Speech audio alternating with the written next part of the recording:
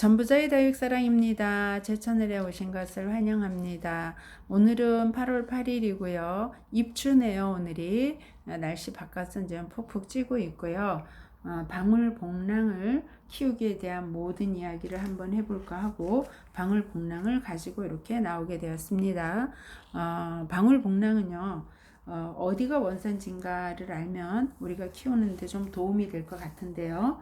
방울복랑 원산지는 남아프리카 공화국이고, 따뜻하고 밤낮의 온도 차이가 큰 곳에 온 동형다육이입니다. 동형다육이는 겨울에는 잘 자라는 아이고, 반대로 요즘같이 더운 날씨에는 성장을 멈추고 뿌리 활동을 하지 않는 휴식기를 갖고 있는 아이입니다. 낮에 온도가 더워도 밤의 온도가 25도 이하 또는 20도 이하로 내려가주면 성장을 하는 그 생육 온도를 가지고 있는 아이입니다. 지금 이 아이를 분갈이를 못해서 그냥 이렇게 보여드리고 한 달 후쯤 분갈이를 할 거고요. 그럼 분갈이도 안 할 아이를 이때 왜 갖고 나왔나 하실 거예요. 근데 이 방울복랑은 지금이 가장 키우기 힘든 계절이에요. 그래서 조금 있으면 9월 초나 9월 말쯤에 분갈이를 할 수가 있고요. 9월, 10월, 11월에는 분갈이를 해주는 게 좋은 계절이에요. 또 봄에는 3, 4, 5월에 분갈이를 해주면 좋은데 그 이유는 3월에는 모든 식물의 생육기간이라 분갈이를 해주면 이 아이들이 뿌리 활착을 하고 수분을 빨아들이고 이런 기간이 원활하게 할 수 있기 때문에 3, 4, 5월 또는 9월, 10월, 11월에 분갈이를 해주시는 게 좋고요. 요즘 같은 한여름에 분갈이는 하지 않는 게 좋습니다. 이유는 이 아이들이 동형다육이고 하영에 쉬는 아이들이라 이렇게 뜨거운 온도 때 분갈이를 해주면 뿌리가 활동을 하지 않아서 물을 빨아들이지 않고 그 물 흡수를 하지 않으므로 성장할 수가 없고 저기에 있는 입장을 모두 떨구기 때문에 요즘은 분갈이를 하지 않고 봄과 가을에 해주시는 게 좋습니다. 분갈이 흙은요, 이 아이들이 자라는 고장이 그 마사 사막으로 되어 있는 지대에서 자라는 아이들이라 마사로 해주는 게 좋은데 순수 마사만 하면은 양분을 빨아들일 수 없고 또 수분 증발이 물 빠짐이 너무 빨라서 그 물을 주는 것도 저희가 항상 줘야 되기 때문에 또 양분이 있어야 돼서 상토는 30 정도, 배합토 70. 배합토라는 거는 그 다육이 배합토를 말씀드리는데요. 마사와 펄라이트와 퓨리라이트 또는 훈탄을 섞은 비율 70과 양분이 필요한 상토 30 정도에서 30대 70 정도를 하면은 아파트나 또는 가정에서 키우는데 가장 무난한 그 흙 배합이 될 것 같습니다. 화분은요. 토분이 제가 이제 저도 풀분이나 일반 그 도자기를 많이 썼는데요. 화분이 가장 그 물마름이 좋고 공기의 소통이 좋은 건 풀분이 가장 그 토분이 가장 좋다고 하네요. 풀분들도 많이 쓰는데 토분보다 풀분을 또 쓰는 분들은 그 다육이를 심었을 때의 흙과 그 꽃의 무게를 들어보고 나중에 물이 있는가 없는가를 들어보고 느낌으로 알기 위해서 풀분을 쓰시는 분도 있고요. 또는 가격이 저렴해서 관리가 쉬워서 하시는 분도 있는데 풀분도 나쁘진 않고요. 만약에 하실 수 있다면 토분에 화초를 심는 게 공기소통, 물빠짐, 배수 이 부분이 가장 좋다고 하니까 이분도 참고하시면 좋을 것 같습니다. 우리가 이제 식물을 또 키우다 보면 가장 어려운 게 물주기인데요. 제가 방울복랑을 1년여 키워보고 적심도 해보고 삽목도 했어요. 적심을 2아이를 여기에서 했는데 그 아이들은 제가 얼마 전까지 집에 그냥 소라껍질 안에 키우다가 크지 않고 자라는 게 그냥 별로 나빠서 제가 화단 상토밭에 심어놔서 가을에 그 아이들을 캐갖고 오는 것도 또 보여드릴 건데요. 해놨고 여기에 있는 이 아이는 제가 3월, 4월, 5월 봄에는 물을 성장을 하기 때문에 굉장히 많이 달라 그러더라고요. 그래서 요 정도 화분에 요 정도 아이면 일주일에 한 번을 줘도 나쁘지가 않았어요. 대신 상토 30과 마사 70이라는 흑배합의 비율과 이 화분의 요 정도 다육이, 이 다육이가 지금 입장이 꽤 많이 있죠. 자기가 앉은 화분 대비해서 맞아야 되지. 아무 경우에 일주일에 한 번 주면 과할 수 있습니다.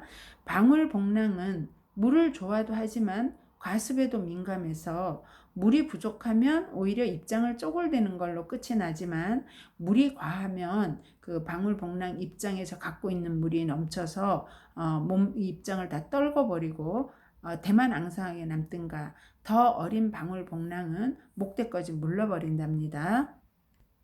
그래서 봄과 가을엔 일주일에 한 번, 또 날씨가 조금 따뜻해지면 2주에 한 번을 주면 되는데요. 가장 힘든 게 물주기가 겨울에는 잠을 잘 때고 또 동형다육이라 잘 크기 때문에 물을 좀 더 준다 해도 어느 온도가 아니어서 방울복랑이 얼지만 않는다면 크게 무리가 되지 않는데요. 방울복랑 물주기가 가장 어려운 건 여름입니다. 요즘 같은 때에는 물을 주면 지금 방울복랑 여기 보이시는 입장에 이게 다 지금 물을 가지고 있어서 통통하거든요.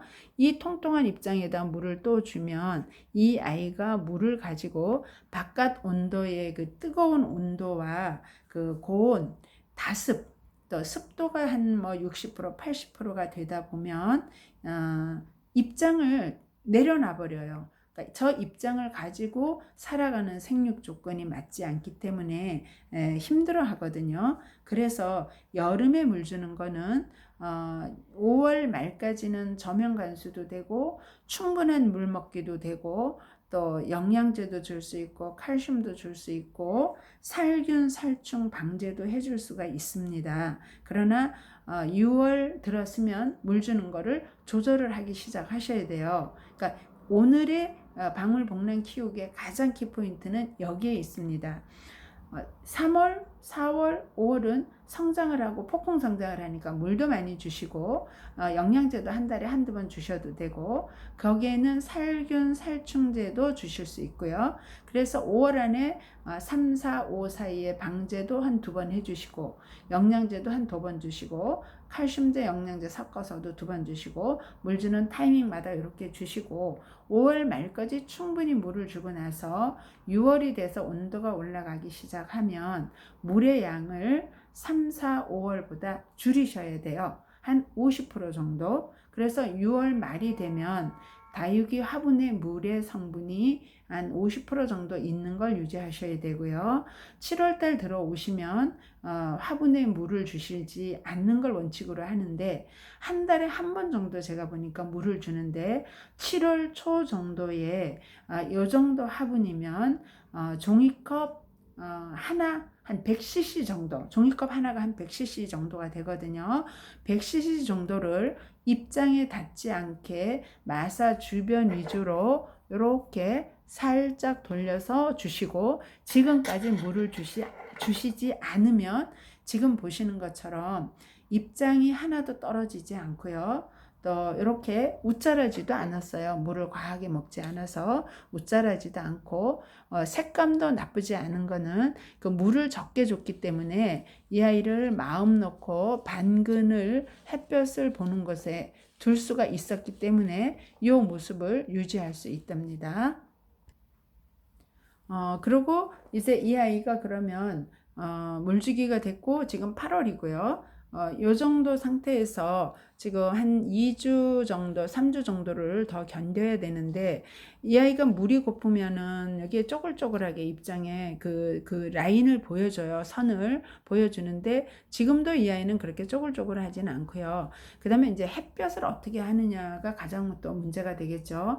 봄과 가을에는 직강 쪽에 내놓는 게 좋습니다. 물론 이것도 이제 단계가 있어요. 겨울에 밖으로 나갈 때 바로 직강을 보면 이 아이도 타기 때문에 그럴 때는 반그늘에서부터 시작을 해서 노지로 나갈 때는 차각막 50% 정도 해주는 게 원칙이고요. 또 요즘 같은 여름에도 이 아이가 지금 실내 쪽에 들어와 있기는 하지만 완전 실내가 아니라 하루에 2-3시간 정도 햇볕을 볼 수 있는 지금 창틀 쪽에 나가 있어요. 그렇기 때문에 지금 웃자람도 없고 지금이 원래는 휴면기인데 이렇게 꽃대도 지금 이렇게 살짝 이렇게 꽃대도 물고 있고요. 또 올해 온도가 밤의 온도가 25, 27도를 아직까지 내려가 줘서 이 아이가 이렇게 성장도 하는 모습도 지금 보여주고 있어요. 완전 휴면을 안 하고 이렇게 새 자구도 나오고, 그러나 폭풍 성장을 하는 거는 역시 봄입니다. 그래서 지금 시기에 제일 중요한 거, 이 아이는 현재 물을 주지 않아야 된다는 거예요. 지금 밖에 온도가 35도고 밤의 온도가 29도, 30도를 왔다 갔다 하는데, 이 아이가 지금 물을 한 달 안 줬다 해서 여기다 물을 준다면 화분 속에 있는 마사에 머금고 있는 물이 낮에 30도의 온도에 데워지면서 이 아이들이 삶는 효과가 돼서 입장을 후두둑 떨구고, 또 그게 물이 더 심하면 목대까지도 녹아내리는 그런 이제 현상이 발생되죠. 근데 이 아이는 지금 보시면 그렇게 크고 좋은 아이는 아니에요. 요거 제가 2,000원짜리 사서 지금 1년 넘게 키우는데, 처음 사서 키울 땐 방울복랑인지 그렇게 어려운 아이인지 까다로운지 모르고 키웠어요. 그냥 이 아이로 저는 적심도 해보고 또 삽목도 그냥 소라 껍질에 심어서 뭐 크는 안 크나 이렇게 봤는데, 점점 키우면서 이 아이가 어렵다 해서 이제 공부를 하면서 또 제가 방울복랑 금도 키우고, 금도 이제 어떻게 키우는지를 올해 이제 알아가면서 키우고 있는데, 여기 보면은 여기는 지금 원종 방울복랑 금이고요. 저 뒤에는 이제 방울복랑 금인데, 어쨌든 오늘은 요 방울복랑, 방울복랑이 어렵다 하는데요. 방울복랑금을 키우다 보니까 방울복랑은 그냥 키워지는 것 같아요. 우리가 그렇잖아요. 아주 어렵고 까다로운 사람 있으면 좀 웬만한 사람 순하듯이. 근데 어쨌든 제가 이거를 키워본 결론은요, 봄과 가을에는 마음 놓고 물을 주셔도 된다는 것. 일주일 단위, 열흘 단위, 2주 단위. 그러나 여름은 6월 말까지 물을 충분히 주고, 방제, 살균, 살충도 해주고 칼슘 영양제도 줘서 건강하게 한 다음에 6월 말 이후는 단수를 하고요. 7월에 한 100cc 정도 주고, 8월에도 봐서 온도가 많이 떨어지거나 날씨가 해가 아주 안 뜬다거나 저온으로 내려가는 날이 지속된다면 100cc 정도의 물을 또 이렇게 줄 건데요. 현재로 이 아이의 상태는 물을 안 주고 8월 말까지 가도 하엽이 지거나 뭐 잎을 떨구거나, 오히려 지금같이 더운 날에 물을 준다면 잎을 떨굴 확률이 더 많아서 이대로 그냥 8월 말까지 간다는 걸 말씀드리고, 오늘 영상 여기서 끝내고 다음 한 달 후쯤 제가 방울복랑과 방울복랑금 분갈이 하는 영상 올려드리겠습니다. 감사합니다.